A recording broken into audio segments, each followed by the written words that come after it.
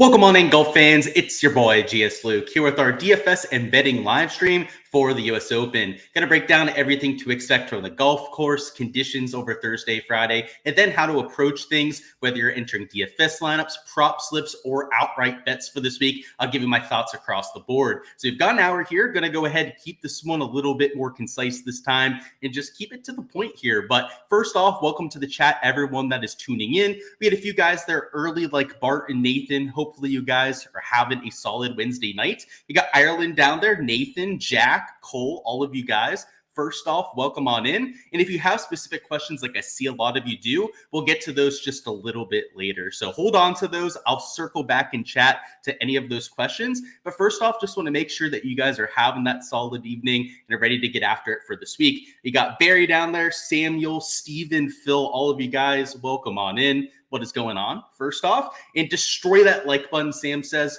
That's what you got to do on the way in here, right? Go ahead, do that. Let us know that you're down there in chat. Let's go ahead and get after it. So we're just going to hop right on into things here where the golf course this week is probably going to be a huge talking point. But I did put this at the beginning of my tabs over here to remind me to shout out the community contest. So I'm going to do that, just a little bit of a self-reminder that I did there. I'm going to throw a link down there in the live chat to the community contest. There should be one in the description of this live stream as well. So you can always check that out if you're watching this on replay. But it's a $20 single entry. And what I've done so we can try and get more people in here, we don't have to fill this. It will resize for us. We've got 30 people in there so far. Is I'm going to give 2 months of the Patreon the full access tier. So that'll be the $40 tier. I'll give you 2 months of that out there if you win the contest this week. So it's a larger buy-in, $20 as opposed to the normal $5 single entry. And we're going to do the 2 Patreon memberships. So link is down there in the live chat now, also in the description of this video. And good thing that I remembered to remind myself a little bit, because I would have totally forgotten about that plug. So talking about this golf course, I'm not sure if it's going to play as difficult as what we saw in 2014. Now, that doesn't mean that I think the winning score is going to be like 15 under par. In fact, if I had to take a guess, probably closer to 6-7 under par. You have to remember that Martin Keimer won by 8 shots back there in 2014. But in terms of a scoring average, the more and more the week has gone on, I just think that the USGA is going to take it soft on these players. We saw them watering the greens a little bit last night. And while I don't think it's going to play easy by any means, but instead of this like 3 over par scoring average, I'm projecting it for closer to like 2.5 over par. So I do think it'll be pretty tough out there. I still think birdies are going to be hard to come by, but the 4.7 bogey or worse average that we had in 2014 is likely going to go down for at least the first few days. Now, if scores are a little bit better than what the USGA is hoping for, they'll likely try and firm it up a little bit, perhaps not take it as easy on the players when it comes to the pin locations. So Saturday and Sunday, the course could turn towards what we saw in 2014, but with somebody like Scotty in the field, Rory in solid form, Xander Schauffele coming in off the PGA Championship win, I just can't see all of those players sucking. Like, I think at least one of those guys is likely going to shoot someone like 4 or 5 under par tomorrow. It wouldn't surprise me if out there on Friday they shot like 1-2 under. So I could see someone like 7, maybe 8 under par leading after the first 2 days. And I think it'll come a little bit back as Saturday and Sunday come on. But I don't think this is going to be the even or even over par scoring average for the winner, that is, that people were hoping for. So I know a few people were mentioning that on Monday, that this golf course could have that kind of carnage, but with a relatively calm weather forecast, greens that, again, we're getting some water over the last day or so, I just don't think it's going to get too out of hand. So the carnage in me, right? The golf fan in me wants there to be a lot of carnage out there, but I just don't think we're going to get it. I just want to curb your expectations because we've seen this before. We especially saw it with LACC last year, and I'm not saying it's going to be quite as drastic, right, as guys going out there and shooting like -8 out there the first day, but something like a -5, a -6 round, so perhaps even a 64 is, I think, within the cards out there for tomorrow. In terms of a weather edge, I don't see one over the first 2 days. It's kind of tough to decide how this golf course is going to play, at least when it comes to the weather angle. You would think in theory that in the mornings there'd be slightly more receptive conditions, that the winds would be lower, which is kind of true for the first 2 days. You can see over there on Friday, let's actually go over here to the HRRR model, make this a little bit more accurate. Thursdays, relatively flat, right? Winds don't really kick up all that much, maybe slightly in the afternoon, but we're talking literally 1-2 miles an hour difference. If we go over there to the Friday slate, you're going to see a lot of the same. So if we go over here to the NEM model, which should be a little bit more accurate, you'll see that it's flat over there on Friday. So whether you're trying to target a wind wave over there on either day, I just don't see it, right? The winds are going to be pretty flat the entire first 2 days. You could argue that the receptive conditions would make the morning easier on both days, but I would say the main defense of this course, and I've been thinking about this a lot, guys, because I do these props, which, of course, if you stay for the end of these live streams, you know how deep in the weeds I'll go for the prop stuff. But because I was really trying to, get a feel for this golf course, I think that the easier conditions might be in the PM. And the reason for that are the green speeds slowing down. Golf courses, as the grass will grow throughout the day, as they'll get scuff marks, so on and so forth, will get firmer, right, as a lot of the water will evaporate out of them. But the other thing that happens is that they slow down, right? They get a little bit longer. You see that especially on POA, that grows a lot faster than other grass types. But even this grainy Bermuda grass is going to slow down as the day goes on. I forget the guy's last name, but John from the USGA was on a press conference this morning. It mentioned that the PM was probably going to play at least half a foot slower on the stimp meter, if not an entire foot slower. So they're going to be about 13 and a halves in the morning. And then by the afternoon, at most 13s, if not closer to 12 and a halves. If the greens are the defense of this golf course, if that is what's going to cause the car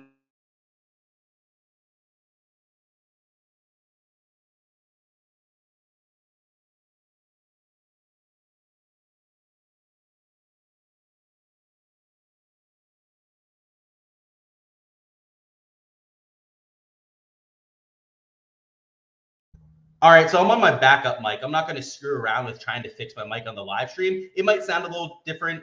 Let me know down in live chat if you guys can at least hear me now. I'll try and fix it here in just a minute. But I don't want to get too off of what I was saying here, which is with this weather forecast, I think the PM might play easier. If the greens are going to slow down and the whole defense is whether you're going to be putting the ball off of greens, then the PM, where it's not going to be as slippery out there, might be the side that plays a little bit easier. So it's good that we have the audio back now.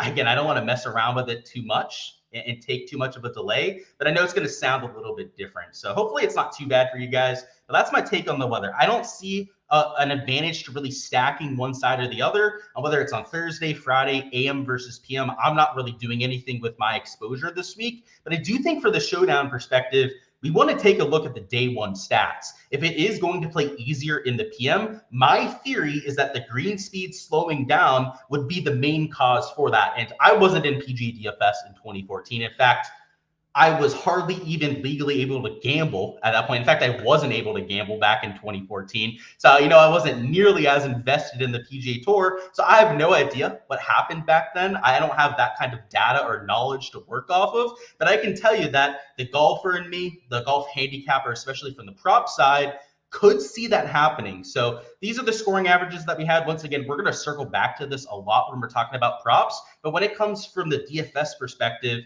maybe you take a few of your lineups, 5-10%, and stack them in either direction. So you take maybe 7 to 10%, you stack AM. You take another 7 to 10%, and you stack the PM wave with all 6 spots. I could see a weather, sell coming through. It's worth noting on Friday that these forecasts aren't calling for thunderstorms, but the ones the PGA Tour are looking at are calling for a chance of thunderstorms on Friday. If that ends up coming through, maybe there is some sort of weather edge that we're not seeing there. So I don't want to completely dismiss the idea of going out there and trying to correlate some lineups, but it's not the kind of week where you should be playing most of your lineups with a weather edge. I think it should be maybe 10% either direction that you'd be taking for those kind of correlated lineups. So at most, maybe 20% of your entire exposure. If you're only playing 20 lineups, you can probably go a little bit more aggressive on that. But if you're 150 maxer, that's what I would stick with out here for this week. So let's catch up on the chat. Let's go over to the DFS projections. And I'm going to be silent here for about 30 seconds. So I'm going to try and fix my mic here. So if you don't hear me for the next 25, 30 seconds, that's what I'm doing. So if you have any questions, it's a great time to throw it down in chat. And I guess excuse the silence here just shortly. Actually, I think it's using my other mic, so you might still be able to hear me while I'm doing this. But I am going to try and get the other mic plugged in because it sounds a lot better. And I still haven't replaced this cord. I don't know if you guys can even hear me now, but I still haven't replaced this cord for quite some time. Long overdue, but looks like we got it to work. So let's see if we can switch it over. Audio. Okay, yeah, we're back on the Yeti. There we go. All right, so let's talk through this. So what we're going to do on here is I have some fades on here and some plays that I didn't talk about on my DFS preview. And we're going to go tier by tier, talk through some of the ownership trends, chalk, lower-owned players, et cetera, and give you an idea of how people are building their lineups. We already went through some of my top plays. I'm going to add in a few more as we go through my exposure. But what we're really going to hone in on here when we talk for the next 15, 20 minutes is going to be about ownership, how to build your lineups to get a little bit different from what everyone else is doing, and then some guys that I'm avoiding. So more so than the guys that I'm playing, we did a lot of that on the Monday show. It's going to be guys like Morikawa that you can see there. That's an ownership fade for me this week. And a lot of them are just going to be the super high-owned players that are 2-3 times higher owned than some of their peers. So those players we're definitely going to point out. And we'll go through a few guys I wanted to add to the docket as well. But we got Brant down there. What's going on, my man? What's going on? Michael says, remember to hit the like button. You heard the guy. Go out there and do so. Do it for Michael. He told you, right? What's going on, Philly? Mark down there. Long time no see. Hopefully you're doing well, my man. Well, what is going on? What do I think about Akshay is what I think you're saying. Not sure if that's who you're talking about. So I guess just let me know to be sure, Josh. We're going to talk about questions here in a little bit. So we're not going to do that right now. What's going on, Kevin? What's going on, Tommy, Anthony, Mark, and David? Any of you guys that have specific questions, I'm going to keep those to the end of the DFS section just because I want to kind of go through this in a logical manner, right? I don't want to be going like tier to tier, right? Driving people crazy with trying to follow along. Just so let's go through the tiers. Let's circle back on those questions, but feel free to throw them down in chat. We'll be getting to those shortly. So at the top end of the board, ownership is relatively spread out. I'd say especially after the Jon Rahm withdrawal, partially because there's less players up there that are $10,000 plus, but also because of the fact that pricing goes down to $5,000. It's easy to go in there and jam in 3-4 guys that are up there at the top end of the board into your player pool, right? Normally you'd be taking 2, maybe 3 guys that are 10K plus, but because you're going down the whole way to $5,000, it's almost like these guys that are at $10,000 are like $9,500 golfers, right? On a normal slate, that it'd be a lot harder to fit in a 10K golfer, but because we have legit players that are down there at about $6,000, it's not as crazy to start Scotty and maybe even take Brooks as a second man in. But more importantly, just to start lineups up here with 10K plus, it is much more doable than we have for most slates. And you see that with the ownership projections. Even somebody like Brooks Koepka, that's one of the lowest owned options up there, is 17.5% owned. Scotty Scheffler, who I'm playing this week, right? I guess you probably could have guessed that. I think if you're not playing Scotty in your 150 maxer, you'd be kind of crazy at this point. It's not really whether you're playing Scotty this week. It's probably just how much of Scotty you're playing if you're a 150 maxer. If you're going to full fade him, that is something that you could do. I respect that. It's not something that I'll personally do myself with somebody of Scotty Scheffler's talent level. But up top, you're not really getting cute anywhere, right? Even if you are fading Scotty Scheffler, Rory's 20% plus owned. Xander Schauffele's nearly 25%. I've got Bryson about 18, maybe 19% ownership. So regardless of who you're taking at the top end of the board, because the pricing is soft enough, everyone's going to get some sort of exposure. And of course, guys like Scotty, right, over a third of lineups are going to be using him. Everyone, though, is still getting some type of attention. So if there's somebody up there that you really like for this week, in fact, there are 3 guys that I'm playing from $10,000 plus, you can make that work. I'm not getting necessarily like 2x leverage on all 3 of those players, but I am going to have at least 1.7x leverage on all 3 of those options and likely close to 2x on at least 1 of the 3, if not 2 out of the 3. So it's much more doable than you'd have elsewhere. I will have lineups that start Scotty and go Brooks as a second man in.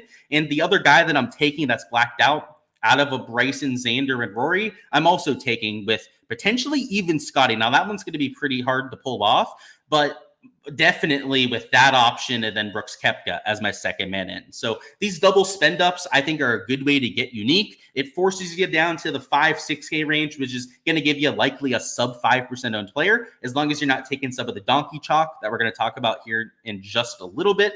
But I like those kind of lineups when it comes to win equity. You're obviously getting a few players that have legit at least 4 or 5% win equity, if not closer to the crazy mega win equity that you have with Scotty Scheffler. And I think there's a lot of incentive to taking those kind of lineups at a difficult golf course like this.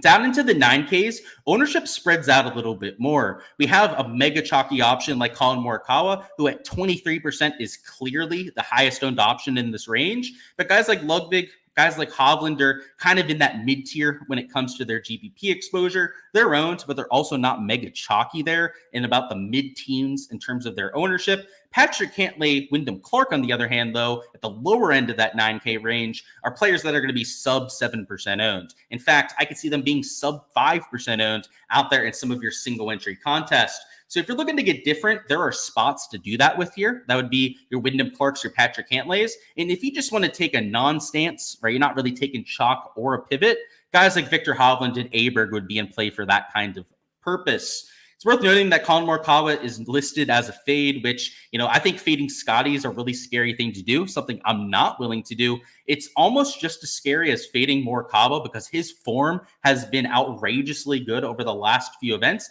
He's also mispriced at $9,400. He should probably be at the $10,000 mark, like somebody like Brooks Koepka, but he's only $9,400. So if you're starting with Scotty, I think he's going to be by far the most popular second man in. And because so many of my lineups are going to have Scotty or one of these other spent up options that I'm taking up top as my first man in, using a guy like Colin as my second man is going to just be way too chalky. And it's worth noting, guys, that Colin Morikawa is not going to be like 22% owned out there in those kind of lineups. The ones that start with Scotty Scheffler, guys like Morikawa might be 35% owned. Those combinations are going to be extremely popular because first off, it's just a great spot to land as your second man in. And also a lot of the guys that are using stats that are looking at shots gained approach stuff that are going to get Scotty Scheffler lineups are probably going to want to play Colin Morikawa too, right? Because that's exactly the same kind of skill set that he's been posting lately. And around the green, if you're a big around the green guy, he's been gaining like 0.8 strokes per round around the green. Colin Morikawa is going to be at the top of your model this week. So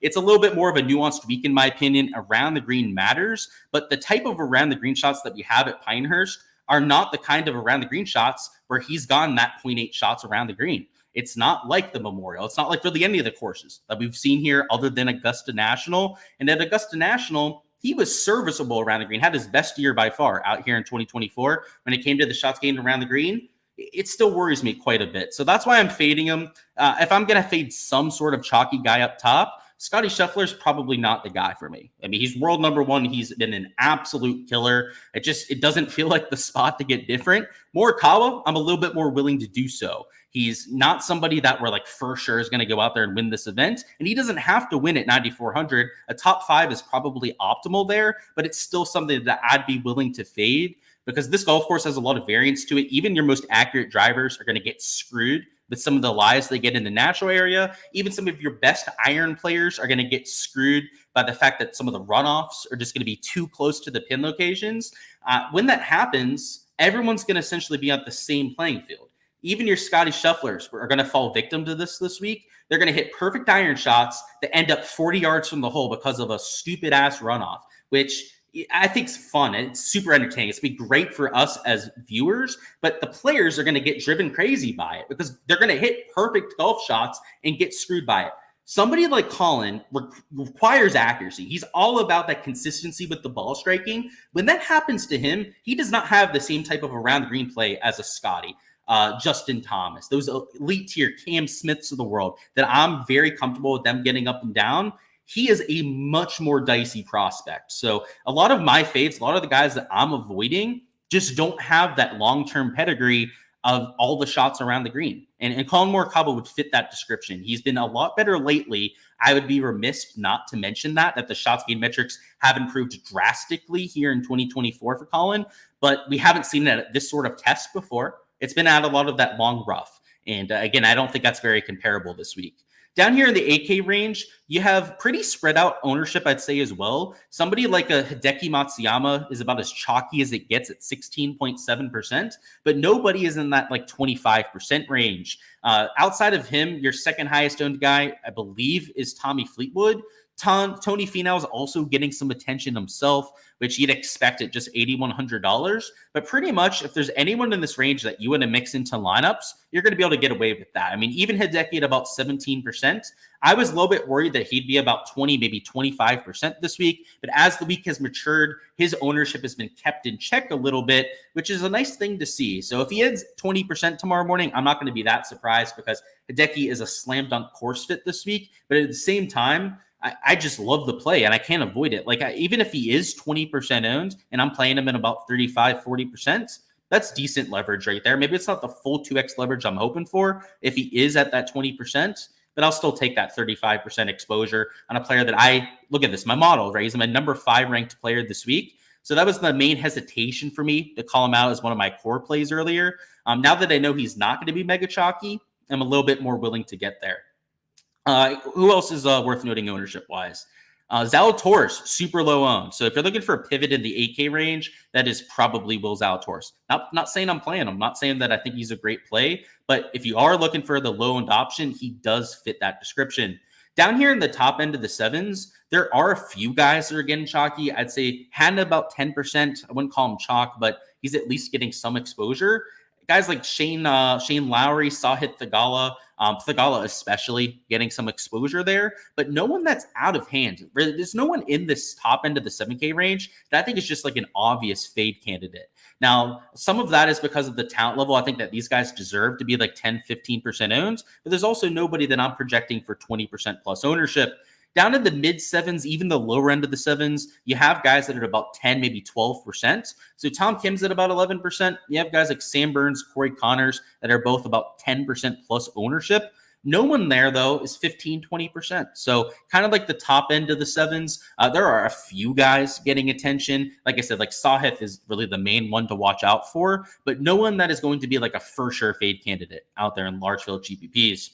Bottom end of the 7s, ownership is pretty similar outside of guys like Russell Henley, who I've got it at about 12.6%. 12.6% wouldn't be that bad if it was a 7, 8K option. But down here in the bottom end of the 6s, the average ownership is closer to 3, 4%. So that's the real difference when it comes to ownership. It's still spread out like you have up top, but you have a few random guys down low that we're going to talk through as fades that are just way, way higher owned than everyone else. And Russell Henley is, I think, really the first example of a guy that is just glaringly higher owned than everybody else. And I kind of get it. A lot of your models this week that I've seen on other sites are honing in on driving accuracy for whatever reason. I wouldn't be looking at that. I think that it's somewhat applicable, especially with the super wide fairways.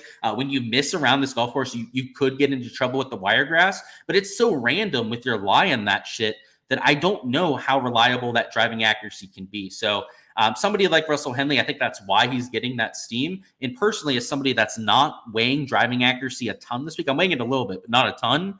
That makes him a spot that I'll fade. Still like Siwoo Kim, I've got him at 7.7% ownership.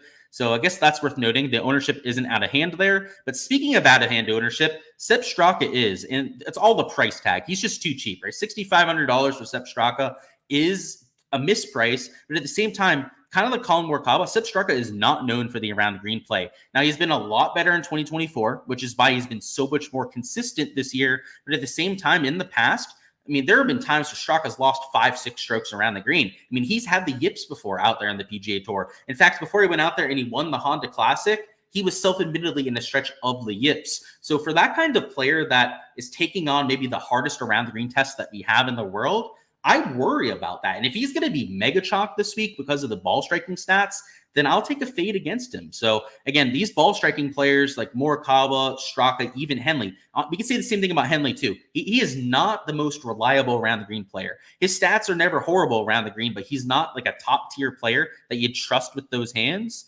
Except Straka, I'd throw into that same category. Once again, he is trending in the right direction there, but we've yet to see him do it at a golf course like Pinehurst that is this difficult, this penal around the green.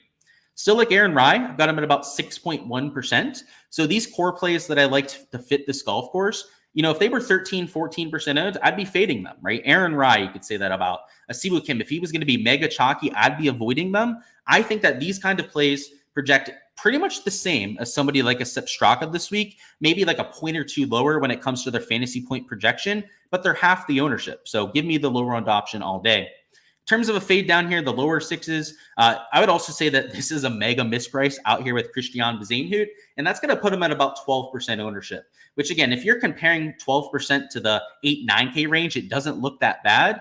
If you compare him to the guys around him, though, he's sometimes 6-7 times higher owned. So when he's going to be that much more popular, just take the guys around him. And I think there are legit candidates around him to take in lineups, including somebody like a Chris Kirk, who I think projects very similar at this kind of golf course. They have a very similar type of game when it comes to their playing style.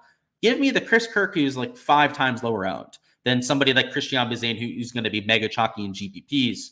A little bit further down, here are some candidates I like for some mega value. So I know in our video earlier, right, our 3 value plays were all in like the 6 and 7K range. Well, if you're going to play Scotty Scheffler, if you're going to take that double spend up, like I said before, we're going to have to live in this 5K range a little bit. So Mark Hubbard at $6,000, somebody I'm taking for some differentiation, also to open up a little bit of salary. And the reason why I'll play Mark Hubbard here is he fits the accuracy mold and he's really good with the long irons. So kind of like Sepp Straka, the Russell Henleys of the world, that's why they're getting a lot of attention this week. Mark Hubbard is just a slightly worse version of those players. From the shots gained perspective, is maybe like 0.2, 0.3 shots worse per round, but is 5-6 times lower owned. So if you like that mold of player, which again, I respect that take looking at accuracy. It's not really what I like. I don't trust it because of how random the lies can be. However, if you are running with that, Mark Hubbard has to be your guy, right? He's much lower owned, yet he's essentially the same kind of player. The form has been decent there too. You can see he's gaining to the field over his last 12 measured rounds, which again, it's not breaking the slate. He's not gaining 2 strokes per round, but he's $6,000. You're getting what you're paying for at some point. And I think if you're going to play that course narrative, do it with guys like Mark Hubbard. Don't do it with the guys that are 7-8 times higher owned. And Adam Svensson would fit that same narrative. I've got him at just 1.8% ownership, so also very reasonable when it comes to that category. Has shown it at courses with the same sort of greens. RSM Classic, not nearly as difficult as what you're going to get this week. He obviously won that event 2 years ago. Cooler conditions played a little bit more difficult that year, but the greens are all shaved off around the sides. I believe it's a Pete... Actually, I think it's a Donald Ross design. I'm not sure. I'm not sure about the designer out there, but I know the green complexes, having been there in person, the Seaside course has the same kind of thing going on with all the runoff areas. If he can get it done at that golf course and do it convincingly, it's not like I'm expecting him to win it this week, but top 20, I think that's very reasonable for an Adam Svensson. Harry Higgs, same thing. He's also had a lot of success at those shorter tracks. I'm thinking Sedgefield. I'm thinking RSM Classic. He's had quite a bit of success at. Some of that is the shorter golf course aspect, but I think a lot of it is his short game. He did a little bit of a special with Johnson Wagner today, and from what I saw with his short game, he looked pretty comfortable with the shots. He said he was going to putt quite a bit, but the chips that he was hitting were all very committed, and with his form, I mean, he has multiple Korn Ferry Tour wins coming in here. We always get that one random guy that was coming in with crazy international form. It could be a Korn Ferry Tour guy. It could be a DP World Tour guy that was going off coming into this week. It could be Sunshine Tour. I don't care where the hell you're playing. Every single time you play the US Open, there's that one guy that top 20s that you're like, oh, well, how didn't I think to play that guy? Because he's coming in with like in Harry Higgs' case, multiple wins in a row. If he were to go out there and finish top 20, would that really surprise you all that much? To me, it would not, right? Somebody that has gone out there, showed that kind of form recently. And from the course fit perspective, he's more on that shorter plotter scale. It's not really what I'm looking for in players this week. Those kind of players are skilled around the green, so that's kind of why I'm getting to some of those players. But if you are looking for that kind of skill set, like you'd be looking for in a Russell Henley, Mark Hubbard, et cetera, that kind of player, he fits those kind of builds. So if you're trying to correlate your builds, if you're trying to take a specific skill set and build around 4 or 5 players that have that, he would fit those kind of lineups quite nicely. So I like to point that out because I know a lot of people around the industry are leaning into that. And if that is your narrative this week, he would fit those kind of lineups. But that's all. Yeah, that's all I've got for players below that. I don't have much exposure this week. So I'm not taking any of those random amateurs. I'm not taking the guys that just shouldn't even be in the field down there at the bottom end of the 5K range. Even with Scotty Scheffler in my player pool, I'm just not going to need to take guys at the pure minimum on the board. So I'm trying to keep my play somewhat reasonable for who I'm taking. And that should give you an idea of not only who I'm taking, who I'm playing for this week, and also the kind of thought process that I'm going through, right? It's not necessarily the plays that I think you should take home from this live stream. It's the thought process and why I'm getting to certain players. A lot of what we talked about when we went through those certain plays, it wasn't about, oh, his shots gained ball striking lately. It wasn't, oh, this guy has been gaining 0.8 strokes off the tee per round. This golf course, in my opinion, is not that sort of golf course. This is the kind of golf course that is much more nuanced. I think that even your best players, like I said, Scotty, Rory, Xander, are going to get screwed. You're going to get absolutely hosed on perfect shots that end up missing the green. So if you're leaning too much into your shots gain narratives this week, I think it's going to take you in the wrong direction. What you did notice about a lot of these players was mindset. Will they grind for us? Are they players that have shown us an ability on difficult greens before? Those are the kind of things that I'm weighing a lot more this week, and more so trying to stay away from some of the shots gained metrics. So that's my take. That's my narrative for this week. I know some people are doing the plotter thing. Whatever the case is for you, pick your narrative and stick to it, right? Don't be going all over the place and just playing whoever the hell you want to. Find a way to select your player pool and stick to it. That would be my recommendation for this week, is the main thing that I would take home from this live stream. So now we're going to do the Q&A, open it up to all of your questions down in chat. Afterwards, we're going to talk props, but the next 5-10 minutes here is going to be all questions based. So let me get my Red Bull here. Let me get it in the body, and we'll get on with these. So if you're just here for the DFS stuff, smash the like button if you're hopping on out of here. But we're still going to do some lineup construction stuff. So after we go through these questions, I am going to hop over on Draftkings and build a few lineups together. So if you are here for the DFS stuff, we are not quite done yet. And plenty of prop stuff to come too. So Bart asked before, so he wasn't sure if he was going to make it. I thought I saw you down in chat, but you said, is there a way to click on the headings to change the order of the golfers? So there isn't, Bart. Like, you can't just like click the tab and it'll automatically do it. But because it is an Excel sheet, it has all the sorting capability that you would normally have. So I'll just show you on here how you can do it, Bart. So let me take the comment down so you can see what I'm doing here. So I don't think it's going to show all the tabs just because of how this works, but you're going to copy the entire spreadsheet. So just, click, drag up to the top over there. Don't include the headers. So just include like the data, the player names and stuff. And you're going to go to the right side over here. It says sort and filter, and then custom sort. And then it'll be real self-explanatory once you click on that. You can click any one of these categories.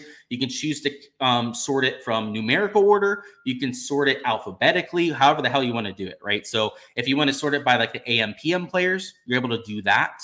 If you want to sort it by Draftkings price, if you want to sort it by projected points, so on and so forth, you're able to do that. So it's, it's not maybe as easy as you could on a pivot chart, but it has all the full functionality of Excel, that's for sure. And you said, thank you for the work you put in. Appreciate that, Bart. And you said $15 a month is way more than fair. I tend to agree with that as well, man. Cheers to you. Appreciate the kind words, and best of luck this week.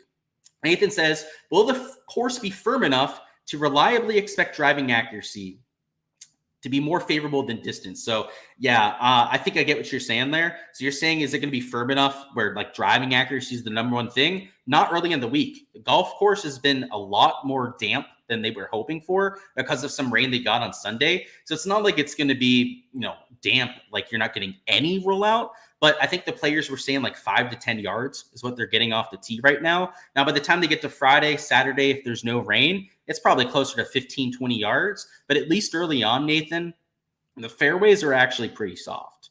And I guess I'll put that in quotes there because it's much firmer than most golf courses that we would see, but definitely soft for what we'd expect at Pinehurst. What are my thoughts on Meissner, Hubbard, Seabez, Wright, and Haddon? So yeah, a bunch of players there. We can't do a full deep dive on 5 specific players because if we did that for everyone's question, we'd be here all night. But I'll do a quick little take on all of those. Meissner, meh, probably like a 4.5 out of 10 for me. Hubbard, 6.5 out of 10. I really like Hubbard this week. Don't love him, right? That's why he's a 6.5 out of 10, but I'm playing him. Seabez, overrated. Give me a 0.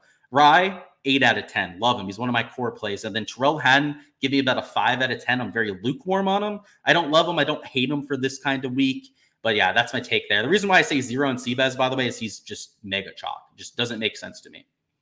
At least if you're in the GPP. If you're in cash game, you're in a smaller field single entry, Seabez is probably fine. He's playing decent golf. But yeah, not in a large field GPP, I would avoid him. What's going on, Ireland? You said, just hope you're doing good. I am, absolutely. And thoughts on Thigala. So you say sneakily getting steamed. You think it will be about 20% because everyone else around him is unowned. So let's check up on that. So I do have him as the highest owned option in that range. So you could be onto something there with him being close to 20%. I wouldn't say that everyone else around him is unowned because I do have Haddon Lowry getting some exposure, but you're right about Jordan Spieth. You're right about Cam Young, DJ, even guys like Jason Day are sub 5% owned in pretty much every single case there.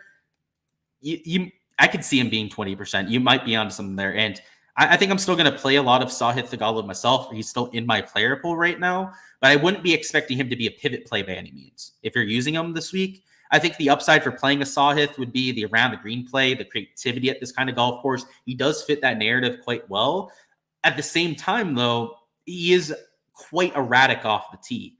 And if that's going to be a problem with those gorse bushes, with some of the wiregrass that you have, that's probably the downside to playing Sahith. So I'm still taking him. I do like the around the green play. That's really the number one thing I'm honing in on this week. And it's not the around the green stats. It's, guys, I think this week it's a lot about being a ball knower. If you're somebody that watches golf, you know who has the best hands on the PGA Tour, that is much more, I think, important this week than actual shots gained metrics, which again is crazy. It's backwards than my take 99.99% of the time. I'm a freaking former engineer, for goodness sakes. I'm somebody that is all about numbers and models, but not this week. It's a different animal. Pinehurst number 2 is going to be a lot of fun. That's what I'll say about it.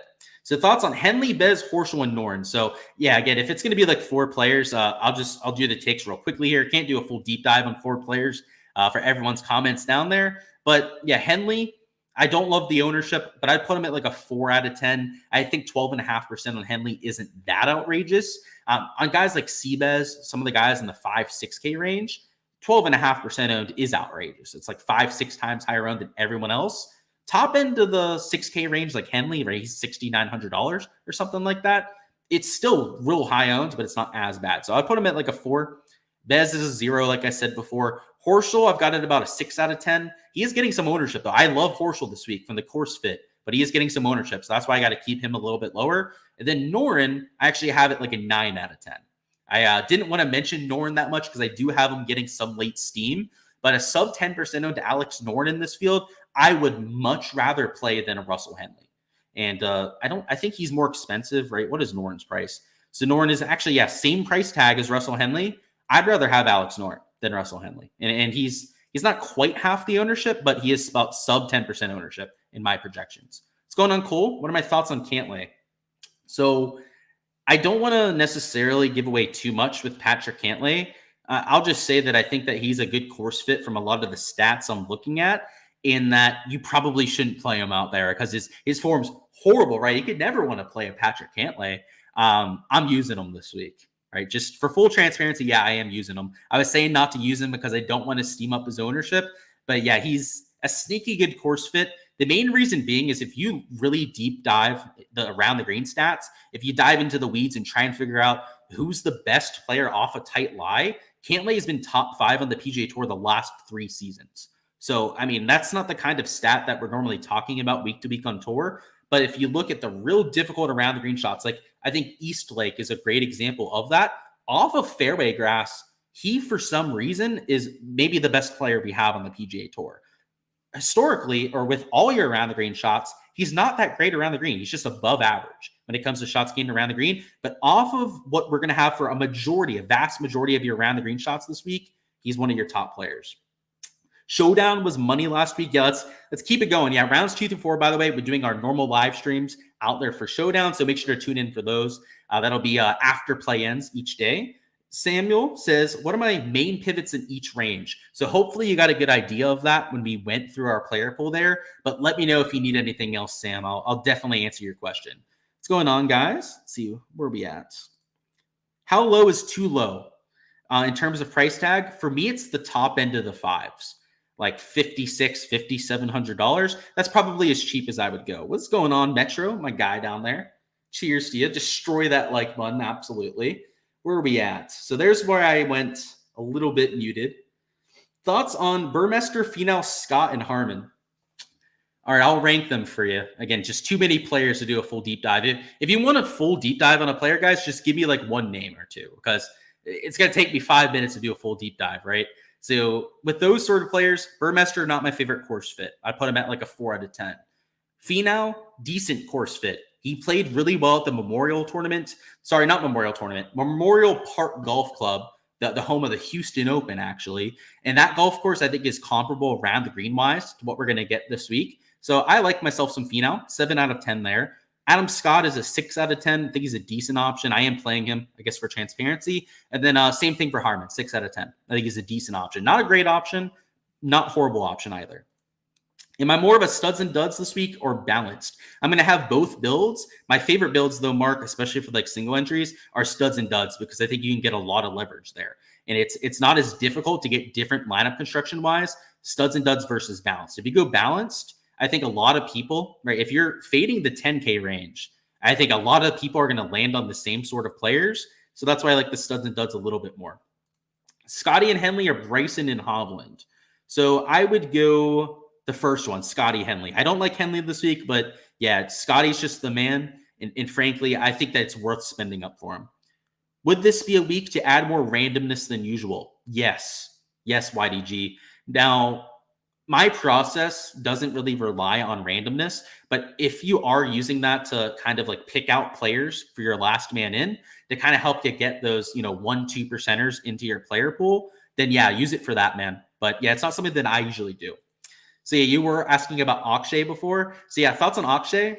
He's one of those guys that I'm, kind of wanted to avoid talking about, but you ask about him, right? I'll give you my take on him. Reason why I didn't want to talk about him is I think he's a fantastic play for this kind of event. What's his price? He's down here at $6,500. And just in terms of ownership, he's 4 times lower owned than Sepp Straka. Somebody that's won on tour this year, Sepp Straka, has had some success, but arguably, not lately. His last 3 events, Akshay, have not been his best stuff. But on the season, Akshay's been the better player than Sepp Straka. So yeah, I like him a lot. I think he's going to be somewhat low owned. He'll still get some exposure because of how he's playing, but I do think he's a pretty solid pivot. Would I mind sharing the top putters on Fast Bermuda? So I can't bring up those specific metrics for you. I can bring up the shots gained on Bermuda grass that I already have up here on my spreadsheet. So you can see a lot of them over there on the right. And let's point out a few of the top ones. Bryson's a good Bermuda putter. Cam Smith is one of your top ones. Matt Fitzpatrick would stand out there. Sam Burns, they call him Bermuda Burns for a reason. Somebody like Denny McCarthy gains about 3/4 of a stroke per round. Ryan Fox, about 2/3 of a stroke per round out there on Bermuda. And then Christian Bezainhout as well. Bezainhout is gaining 0.45 shots gained on Bermuda grass. So those are your top Bermuda putters. In terms of the fast stuff, I would check out your golf database for that. That's what I'd have to do, right? I have to go out there, select a few tags in my database, and go and search away. But I can't do that here on live stream. Unfortunately, I would if we could, but just too much time, right? Ray says, thoughts on Billy Ho? Great course fit for the around the green stuff. So kind of like Patrick Cantlay, if you guys have seen my course breakdown video, I go through a lot of the stuff on Bet the Number when it comes to the around the green stats. And he showed up a lot when we were looking through those metrics. He showed up quite a bit at some of my comp courses as well. So I do like him, but the ownership is getting there. He is higher owned than what I'm hoping for, that's for sure. We did great last week. Let's take us home this week. I'm right there with you. Who's the one guy that I would play in single entry? And that's always the toughest question, right? Having to pick one guy to play, but it's Scotty Scheffler. It's quite obvious to me this week that he's probably going to finish top 5 at the very worst. Honestly, like the top 5 bet, I think he's like minus money on most books for the top 5. I'm considering betting that for like $1,000 this week. So yeah, it's probably Scotty Scheffler, but I don't know if that's all that surprising. Are the wider fairways going to help the inaccurate drivers? Not so much, Rand. So I used to think that way, right? And that there would be a little bit less emphasis on it. Long term, I would agree with you, especially like when I was in my first few years of doing modeling stuff. But all the advanced breakdowns that I've seen from like Data Golf, I've seen the Fried Egg take a look at this with some of their data that they've looked at in the past. Almost all the analysis actually says the opposite. It says that if you have wider fairways and if misses are penalized, which is the case this week, you do have wide fairways, but when you miss, you're in that natural area where you could be in a bush, you could be in a wiregrass plant, that sort of thing. When you have this kind of scenario like we have at Pinehurst, the accurate drivers actually do get benefited. It's not so much about driving distance as it is accuracy, because when you hit it off the planet, like somebody that hits it a long way will, right? Your longer players have a wider dispersion pattern from left to right. You're going to bring in that natural area. You're going to bring in those really nasty spots, whereas your accurate players probably aren't going to be hitting it in that stuff. So it's a weird one for me, man. Like long term, I get what you're saying there. I do think that if you're an inaccurate driver and you happen to have a good week where you don't miss it off the planet, you're probably going to get away with it here. But the guys that are lower accuracy drivers, like a Sahith Theegala historically, do usually miss it off the planet. Now he's fixed that. He's cleaned that up a little bit here in 2024, and that's why he's playing so much better now. But at the same time, I do kind of see the accuracy narrative now that I guess we talk about it a little bit, but it's not my number one key stat. I would be much more looking at around the green. Does BTN do ownership projections? They don't. They're more so on the research/modeling side. And they don't do DFS projections either, at least yet. Maybe they'll do them eventually. I don't want to speak for them, as I don't know all of their future plans yet, but it wouldn't surprise me if maybe they do that eventually. We'll have to see. You got to love the classic Ross courses. Yeah, dude, I play a lot of them down here, Mark. South Florida, a lot of the munis down here are Donald Ross's, and they're not as severe, of course, as what we're going to get there. And it makes me like a lot of the South Florida locals, guys like Brooks Koepka, for example, that grew up playing municipal courses like you have here. I think what people don't know about Brooks, or I guess maybe, they don't know him well enough to know this. He didn't grow up in a super rich family. He didn't grow up in a well-endowed family. He played public golf courses. So the courses that he grew up playing and that he crafted his world-class game on are these Donald Rosses down here in South Florida. So that's low-key why I like him this week, Mark. It's like you got to love the Ross courses, and some guys grew up playing on them, and a lot of them are I don't know. There are a lot of private courses that are Donald Ross's, but a lot of public courses, the nicer public courses, maybe converted old country clubs like you have for a lot of them down here, are Ross's. Let's see. Who sucks round 4? I don't know who you're talking about, Ryan, but cheers to that. I'm sure he does. It was probably a fade, right? Somebody that wasn't taken. Cheers to that. Do Sanjay and Tom Kim have the short game fits? Sanjay kinda. Yeah, I mean Sanjay's good enough around the green. I'm not as concerned about him as I am other players.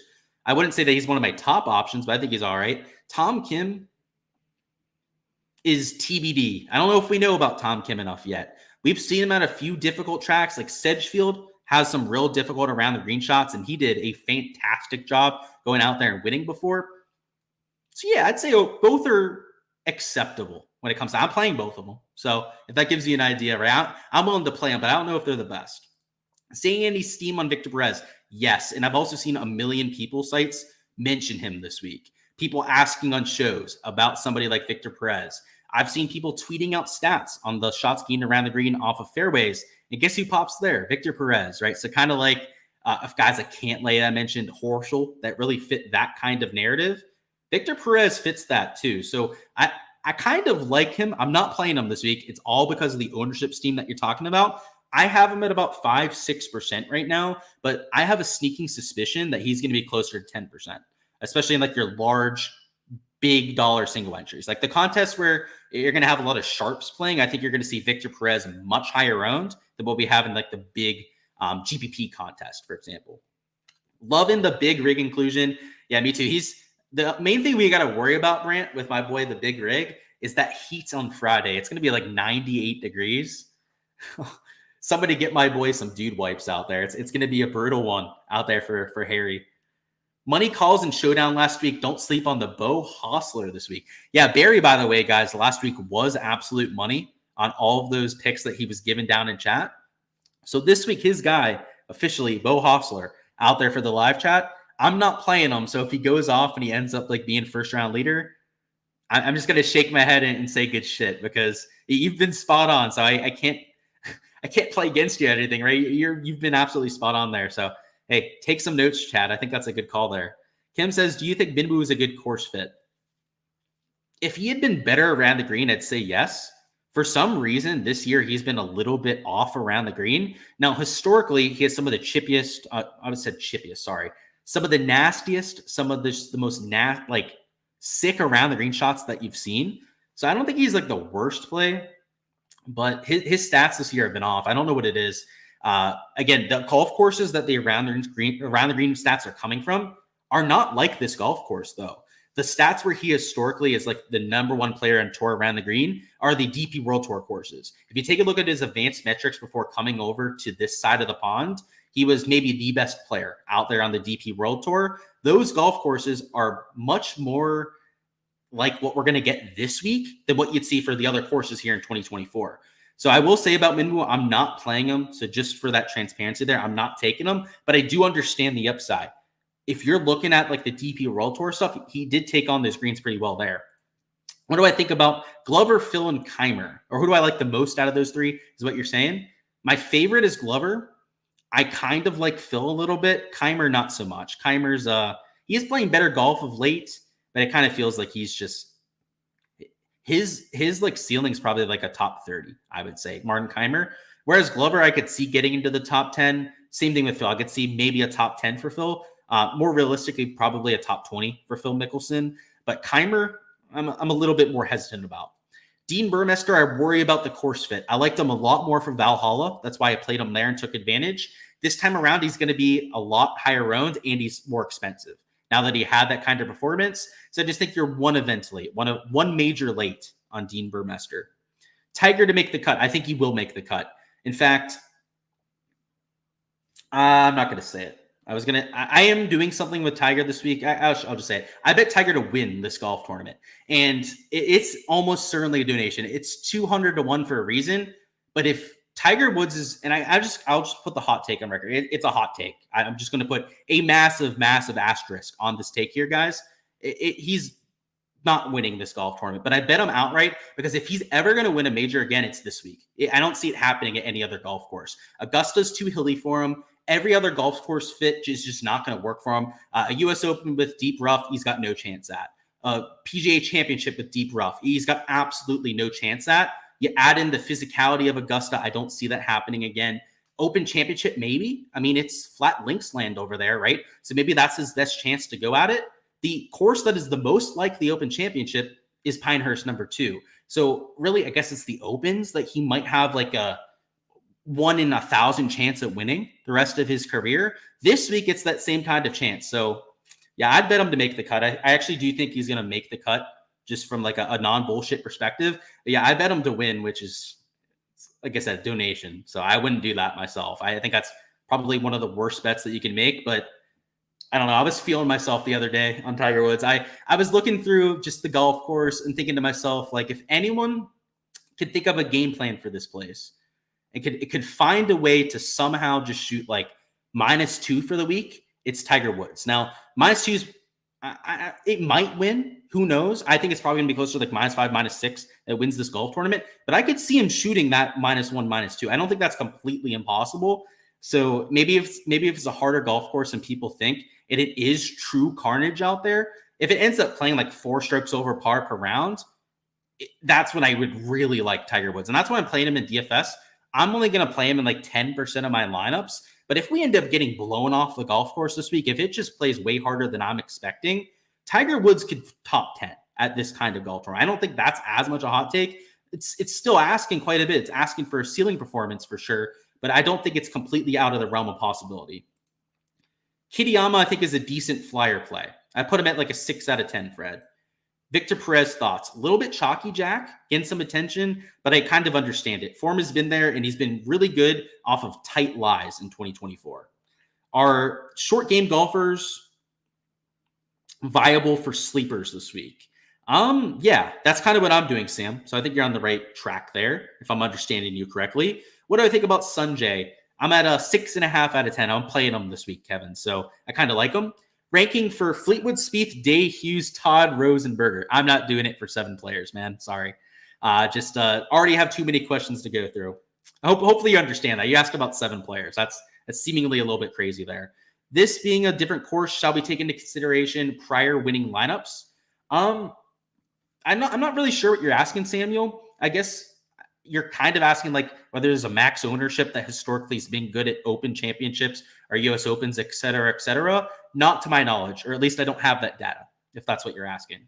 Late again, all good. What is going on? Hopefully you're having a solid Wednesday. Cam Smith, I love. So Cam Smith is actually one of my core plays here, Mark. So I bet him outright at 45-1. And I've also got him at about 9.4% ownership. So not too bad. Is 5x over the field on sleeper takes too much? Probably, Sam.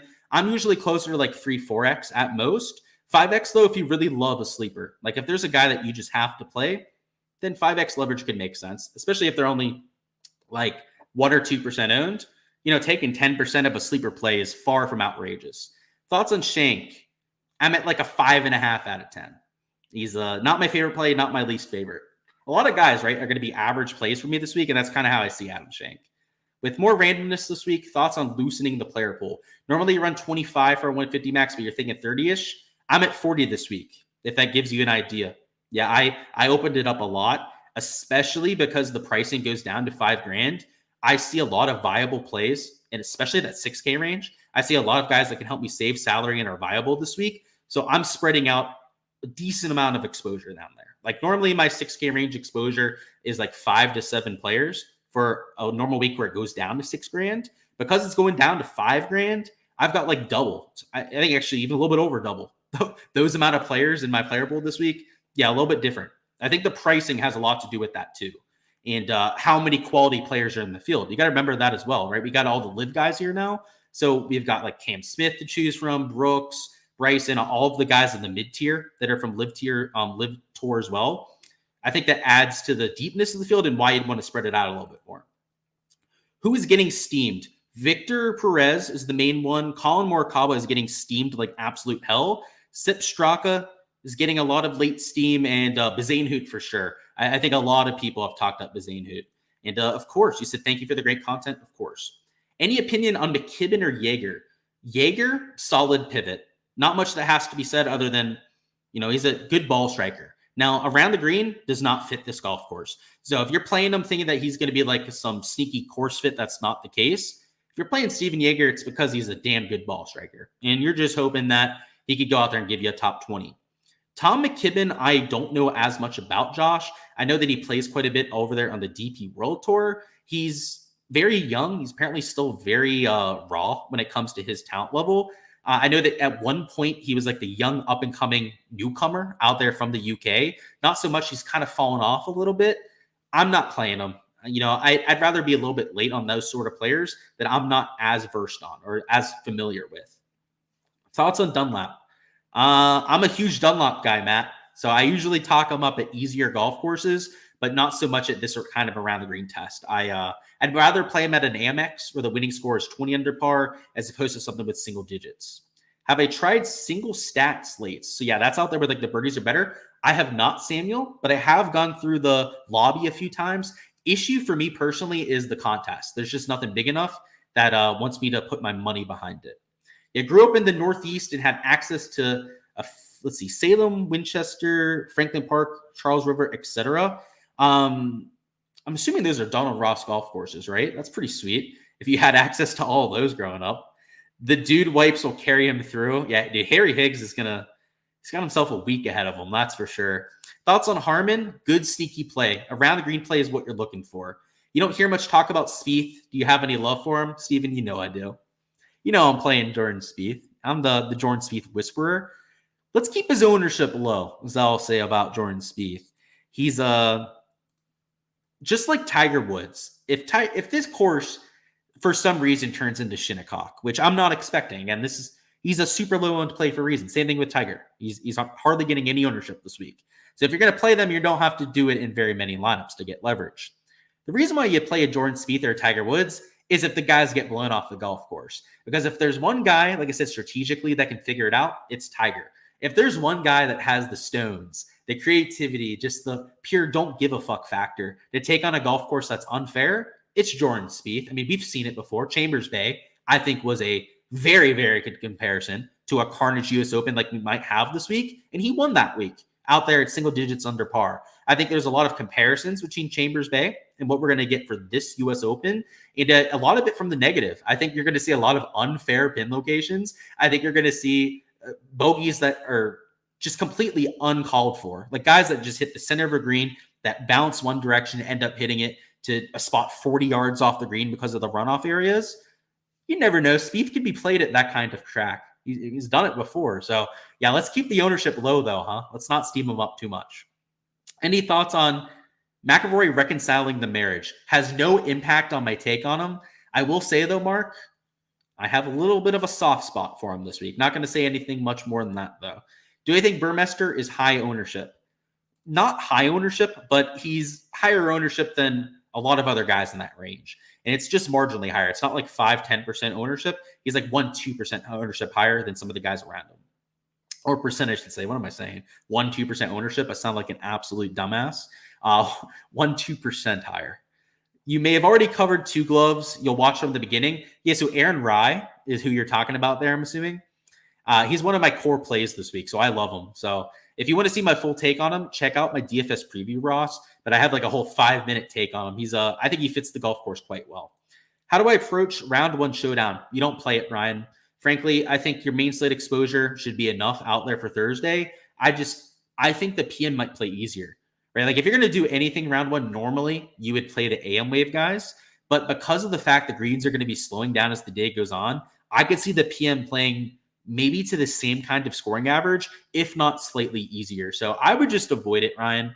That would be my approach to round one showdown, just because of the unknowns. And how do I like Aberg? For the last DFS question, I'm at a 5 out of 10, which for a guy up top is not enough for me to get there. So yeah, I'm not playing Aberg this week. It's not like I hate the play. Like I said, he's just like a very average option for me. It's just that there's guys like Brooks that I love. There are a few other guys here in this mid-tier that I really kind of like for this kind of golf course. Aberg as a newcomer, I know he won didn't he like win the USAM here? Maybe he didn't win the USAM when he played it at Pinehurst, but he at least has some sort of experience around here. I think that's helpful. I think he's a stud. I mean, they call him Studberg for a reason. He's one of the most talented players that we have, and someday is probably going to be world number one. I think a lot of that comes down to Scotty. I'll say someday he'll for sure be world number 2 at the very least in the next year or so, but I don't know if it's the best course fit. I'm like I said, like a 5 out of 10. All right, let's build a quick lineup together, and then let's hop over to props real quick. So in terms of building a lineup together, a lot of it just comes down to lineup construction for me. Before I build a lot of my lineups this week, because I'm so different down at the bottom end of my player pool, I don't have to worry about chalk so much. If I was playing guys like a Bazane Hoot, a Sip Straka, Russell Henley, for example, that are 12, 15%, I'd have to worry about those combinations with Scotty, right? Because if I'm starting with, a 30% of the guy up top, and I'm going to have, probably another chalky guy or two there in the mid to top end of the board. If my guys down low are like Bazane Hoot, perhaps somebody like a Russell Henley, I guess we'll go with, at $6,900. If those chalky guys up top just add on top of that ownership, it's quickly becoming very difficult to get different. If we go ahead and take Morikawa there in our 8K range, maybe we even take like Hideki, who's like 17% ownership. If this is our first 5 spots in a lineup here, and it's chalk, guys that are at least like 12% ownership in all 5 spots, pretty much no matter who we take as our last man in, I don't think we can get different enough to make this kind of lineup work. In fact, if I wanted to jam in that much chalk into a single lineup, first off, shoot me. You should not be doing that out there in your GPP lineups. And second off, you have to leave like $500 on the table. If you're truly going to try and get unique with this build, try and have some kind of leverage to the field, you're going to have to find a guy at like $6,000 that is sub 5% owned. You're going to have to get that ownership leverage and try and get different by leaving that salary on the table. So to me, it's just a negative EV build when you're taking chalk across the board. Whereas maybe I even still want to play Morikawa, who I'm personally fading in my player pool.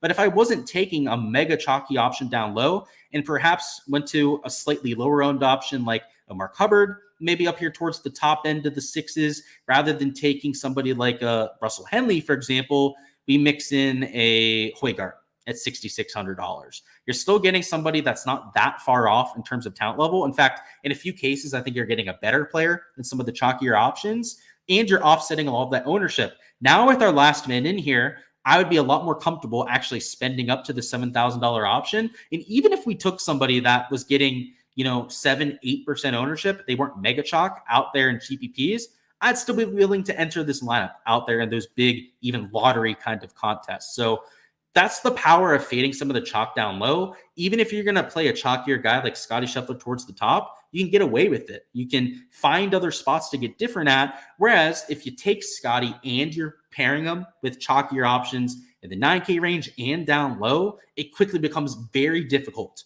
to find a spot to get that leverage to the field. So that's the main thing I would be concerning myself with when building lineups is and another way to get different here, guys, I know I mentioned it before, would be the double spend up. Perhaps going Scotty and then a Brooks Koepka as your second man in. Normally 67.5 remaining would be too aggressive for your first two options, but pricing goes down to $5,000. If we go down here and take one of our super cheap plays, like a Harry Higgs at $5,800, now we're back up to $7,000. And remind yourselves that the $7,000 golfers this week are a lot better than they typically are. So if we go down here and we're to throw in, I don't know, Tiger, right? Let's throw him in there at $6,400. Now we're up to $7,400 for our last few spots. So I think, obviously differentiating down low is a key part of my exposure for this week. But the other part about it is messing around with the double spend up, because it's just so much more viable when pricing goes down to $5,000, and it forces your hand a little bit when it comes to getting different too. So that's going to be a lot of my GPP builds. Now I am going to have a few more balanced lineups where I'm maybe not taking a Scotty or not taking the guy I have a soft spot for up top out there as my other spend up option, which if you read between the lines there a little bit, you can probably figure out who the other guy I'm playing up top is. As long as I'm not taking chalk in a lineup, I'm going to be okay with it. And even if it is two chalky guys up top, because I'm fading the chalk in the 6-7K range, I'm going to be totally fine when it comes to my ownership. So that's how I'm approaching things. Hopefully it gives you some perspective on how to approach this slate.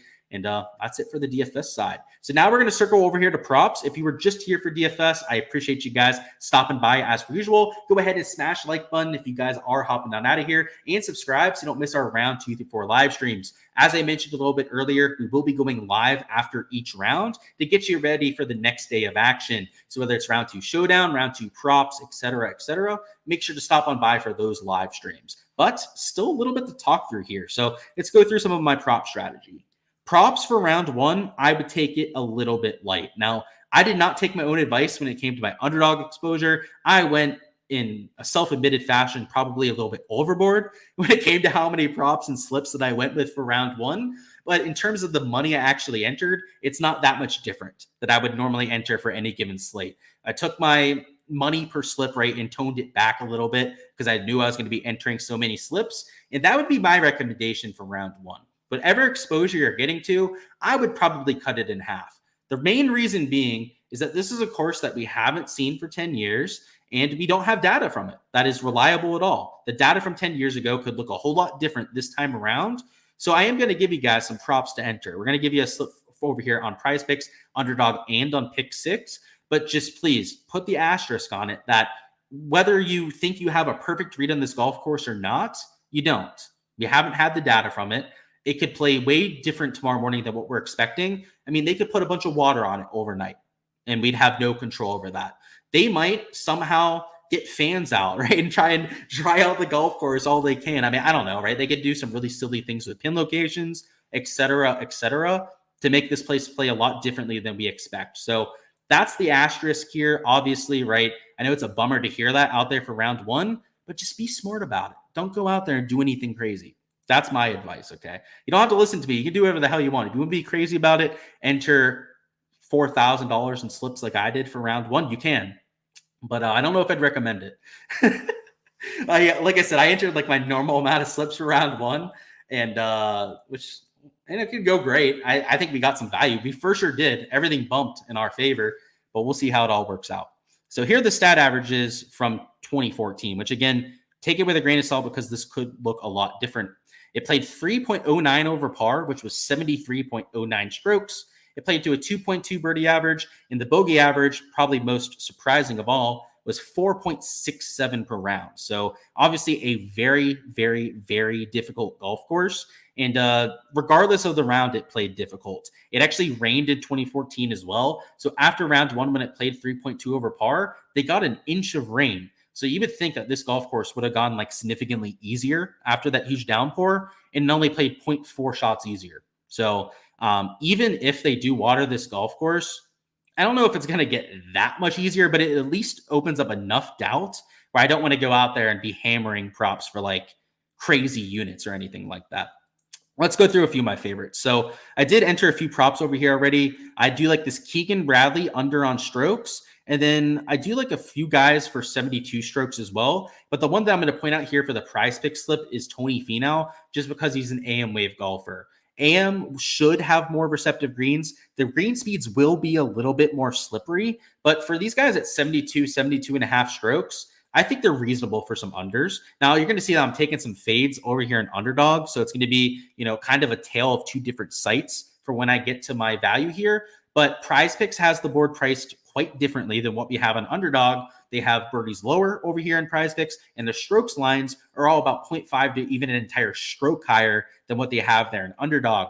So in my opinion, the thing to do on Prize Picks would be to try and find some unders on strokes, and then on Underdog would be to go out there and try and find some fades. So Keegan Bradley, just for some perspective, he is posted for a round score over here on Draftkings, and I won't bring it up there. I can just trust me on this. He's minus 140 for the under at 72 and a half strokes. So you're getting the minus 140 juice in your favor. Tony Finau is at 71 and a half strokes over there on the DraftKings side.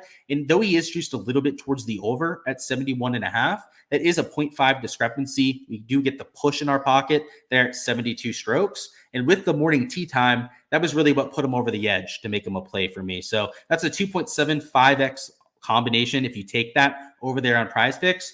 And those are the kind of slips I'd be looking at on this site. Like I said, pricing's a little bit more accurate over here on Prize Picks. And on Underdog, it's the complete opposite. On Underdog, I think they have this priced too optimistically.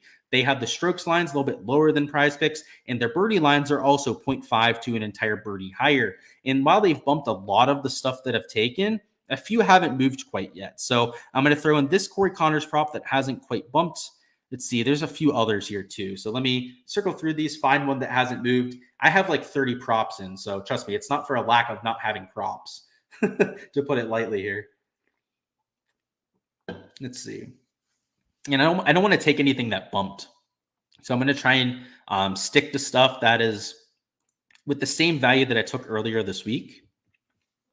Let's see. Bumped the Sanjay one. Bumped, like almost everything bumped already, actually. But there's probably at least one more that we can mix in, or at least hopefully. There's one more prop that we can mix in that I took. Let's see. Did they bump the Jordan Spieth prop? Yeah, they did. They bumped that. What about Hideki? Did they bump him? I don't even see his birdie line posted anymore. So, okay, that's great to see. How about Shane Lowry? Did they bump that? Yep, of course they did. Oh, lovely. So maybe they did bump everything but Corey Connors. I'll have to do a double check here. There's got to be at least something that hasn't moved.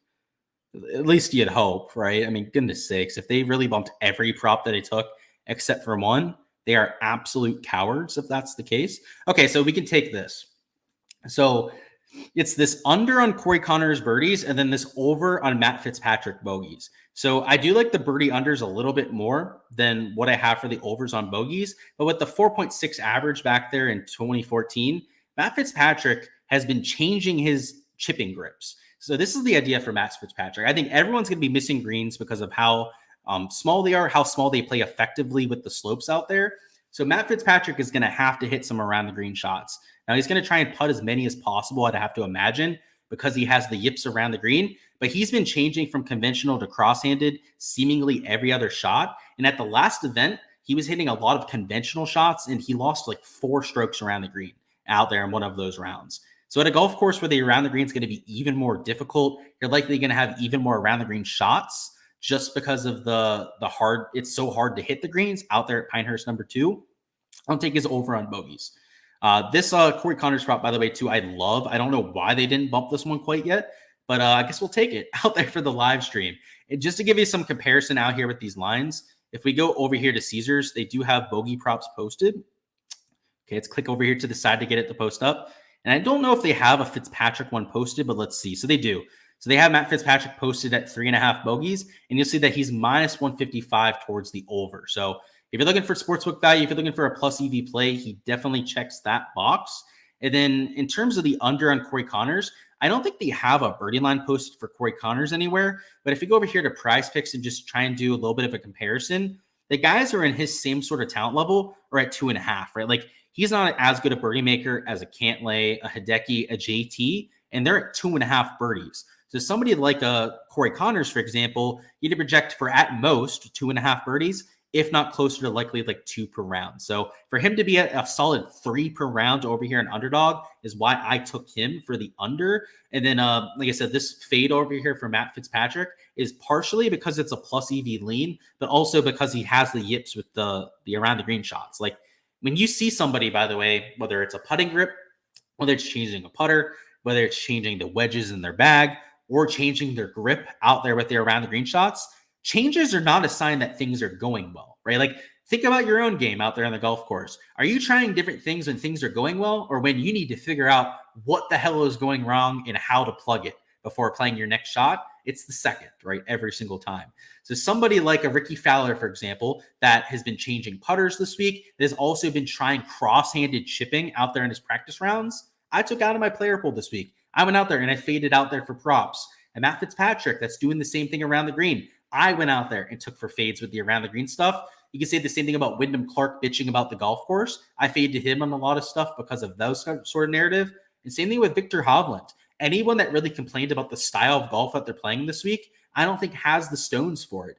And whether it was the technique, whether it was them actually saying that they don't like this kind of golf course, all of those are massive red flags for me and things that I think you can kind of look at for props. Like a lot of times, it's about stats. It's about looking at, sportsbook lines to figure out what to enter in terms of these prop slips. But part of it could be narrative based. I mean, I was going to fade John Rahm before he ended up withdrawing from the event because he had that bad, was it toes? Like he had something going on between his toes that forced him to withdraw. Like I'll do that from time to time out here for props. So that'll be it for Underdog. And then for pick 6, these are the 3 props that I'm looking at. So I was looking at these birdie props a little bit earlier.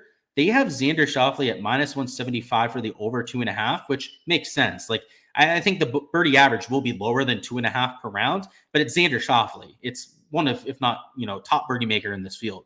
And then Rory McIlroy is at minus 200 odds. So if you're a big plus EV better, these two are just obvious plays over here in pick 6. And then I mixed them in with the under on Wyndham Clark strokes, just because he is at 72 on the other prop sites. He is at 71.5 strokes over there on like Draftkings and Fanduel.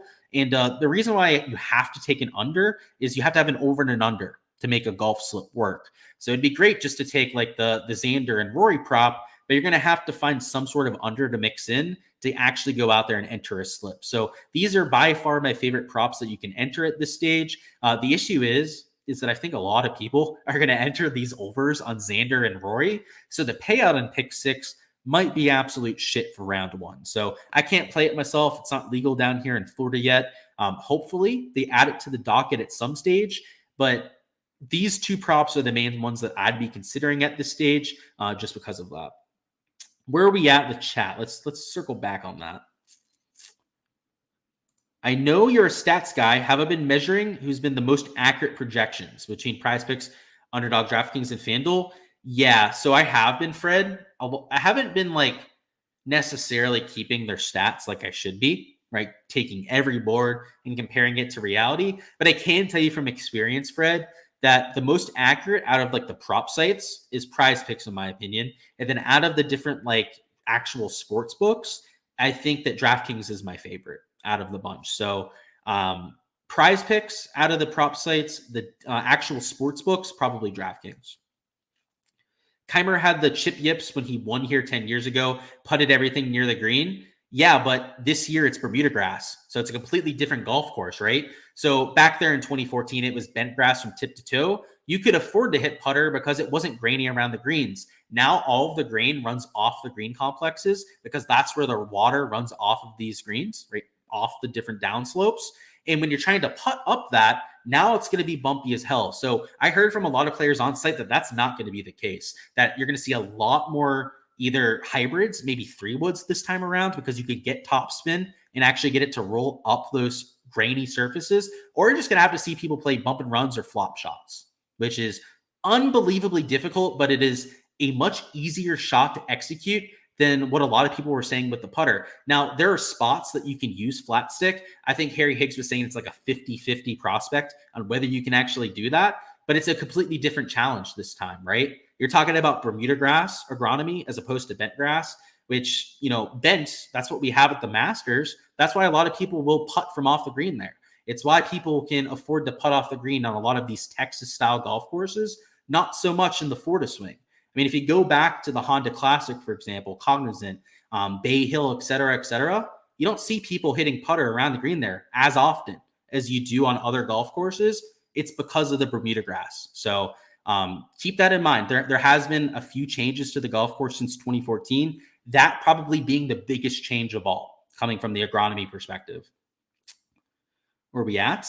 Hey, Luke, thanks for what you do. Starting just now, and I know I'm on props, so yeah, you're a little bit behind. You're interested to hear my take on Bryson. So yeah, you're a little bit torn on him. I am a little bit torn myself. I'm a big Bryson guy. I like him just as a human being, as a golfer in general. He's used to be like my favorite golfer before he left for Live. Now he fell off a little bit, right? He fell out of the public scope a little bit, so he's not quite my favorite golfer anymore. That's Jordan Spieth these days, but I don't think it's the best course fit. It took him 5-6 years to figure out the Masters, to figure out how to take on that sort of around the green test. And while he's had a much better go of it recently, especially this year, where he was leading after 36 holes, this is his first time at Pinehurst, number 2. He's never had the ability to try and dissect this kind of golf course. And for somebody that is so cerebral, like Bryson DeChambeau, somebody that relies on having that science down, I just don't think he has the data to work with. At Augusta, he's seen it enough to where he can go out there and incorporate his literal calculations into what he does. Like, guys, I'm sure you realize, because you're a big golf guy, James, but there are probably a lot of casual golf fans that don't know that he literally calculates to an inch his reads, like per number. So he's not just like making this shit up. He has the degrees of slope down in his head. He used to have them on his greens reading book, and he used to be able to literally calculate it like number for number. Now it's a little bit more of a creative process, but he doesn't have that data. He's not played enough practice rounds around Pinehurst to have figured that out. So that's my main concern with Bryson, right? Love the talent level, love the kid in general, pedigree in general. I think he's going to win at least one more major in his career, if not like 2, before he's said and done. But this week feels like a tough one for him. I think tee to green, it sets up well for him, but the greens I worry about a little bit. Pick one between Burns, Day, and Tom Kim. If you're making me pick one, it's Jason Day, partially because of ownership. He's the lowest owned out of those 3 options, and also because of the around the green play. He's one of the best around the green players of our time, of this generation. And like I said, experience, and I think all that around the green experience is going to help you a lot. Last thing I want to look at here is to see if they've posted pin locations. If not, that's going to probably be it for the live stream. So if you have any last second questions, I guess I'll give you guys a few seconds to throw those down in live chat. That's all I've got here. Just go ahead, smash the like button if you guys haven't already. Subscribe to the channel, like I said before, so you don't miss any of the content to come. Like I said, I'm going to waffle around here for a few more seconds to let you try and throw a question down into the live chat. But that's all I've got. The thing I'll bring up my projection sheet real quick.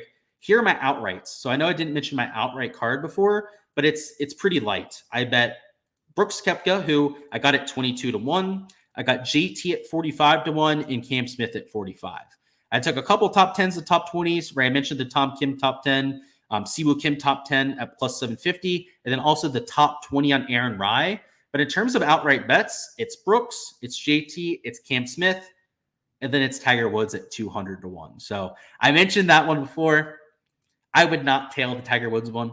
Just for just to be smart about things. I would probably not bet that. It's a donation in every sense of it. But if he has his one last major win, and it's at the golf course that all week I thought if he's ever going to do it again, it's going to be at this golf course, and I didn't bet him that week, I just couldn't live with myself. So I bet him. I'm probably going to bet him every time he plays the Open Championship for the next year or so. So that I guess the next 2 Open Championships, I'll probably bet Tiger Woods. And then that's probably, unfortunately, it for my betting career with Tiger Woods. So maybe we'll hit one last lick. Unlikely that he's going to do it again. But if he does, I want to be there for it. That's what I'll say about it. I'm a big fan of the guy. How couldn't you be? He's the GOAT out there. And hey, it's a $50 bet to win 10 grand. I've done dumber things in my life, that's for sure. Like betting Jordan Spieth every week. It's probably a lot dumber idea than that. So we'll leave it there. Any last second questions? Barong for top 20. He's playing well, John. He had that top finish over there on the Live Tour heading into this week. He's maybe not my favorite course fit, John. So that's why I'm not getting a lot of exposure there myself. But if you're looking for an informed player that DP World Tour too. So if you're looking for that around the green narrative, where I said like the DP World Tour greens are a little bit more similar to what we're going to get this week, then maybe you play Adrian Marong. So kind of like that. That's a sharp take. And we got a Mickelson versus Kuchar matchup. Oh boy, it's the matchup of the two old fucks. I would side towards Mickelson, but I wouldn't bet that. That's just crazy. Just sub to the Patreon. Love all your data and breakdown. Cheers to that, Ryan. Best of luck this week with all of your exposure. Send me a message there, Ryan, if you want to get into the Discord channel, and let's have ourselves a week. How is Homa going to look? It's a good question. So I don't really have a take. I was trying to think of what to say there, man, and I don't really know. Here's why I'm conflicted on it, right? I guess I'll give you why I have the apprehension to give you an answer. If he can hit the driver and play from fairway in, it makes sense this week because he's an accurate enough player with the irons to be respectful there. Around the green, I think he's decent enough to get the job done. He's not like one of the best, most creative around the green players, and he's a good putter. So in theory, if he can keep himself in play, he's got everything to go out there in top 10. Now, I don't think he's going to win at this sort of course. I think that's asking a little bit too much, but top 10 for Max Homa, well within the cards. The issue is the driver. He has been hitting it all over the planet. If he can find a way to hit some fairways this week, maybe hit the low little bleed cut that he talked about in his press conference today. It wasn't really a press conference. He was actually just like walking the course with Johnson Wagner, and they were just having a chat about what he was going to do for this golf course. He mentioned hitting the lower shot off the tee, trying to keep the ball in play a little bit more. If he does that, and, he said he was going to today.